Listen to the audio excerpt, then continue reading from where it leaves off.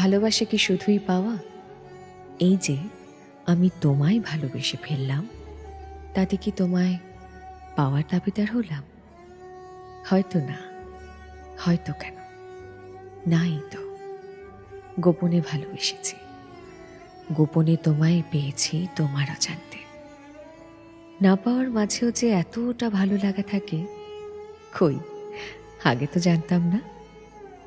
পাওয়া না পাওয়ার মাঝে রয়েছে এক শূন্য অবস্থান।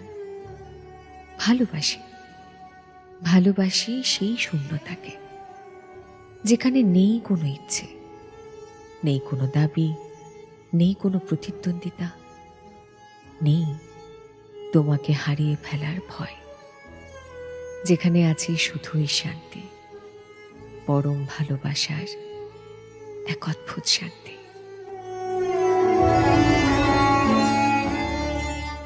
ভালোবাসা কি শুধুই পাওয়া?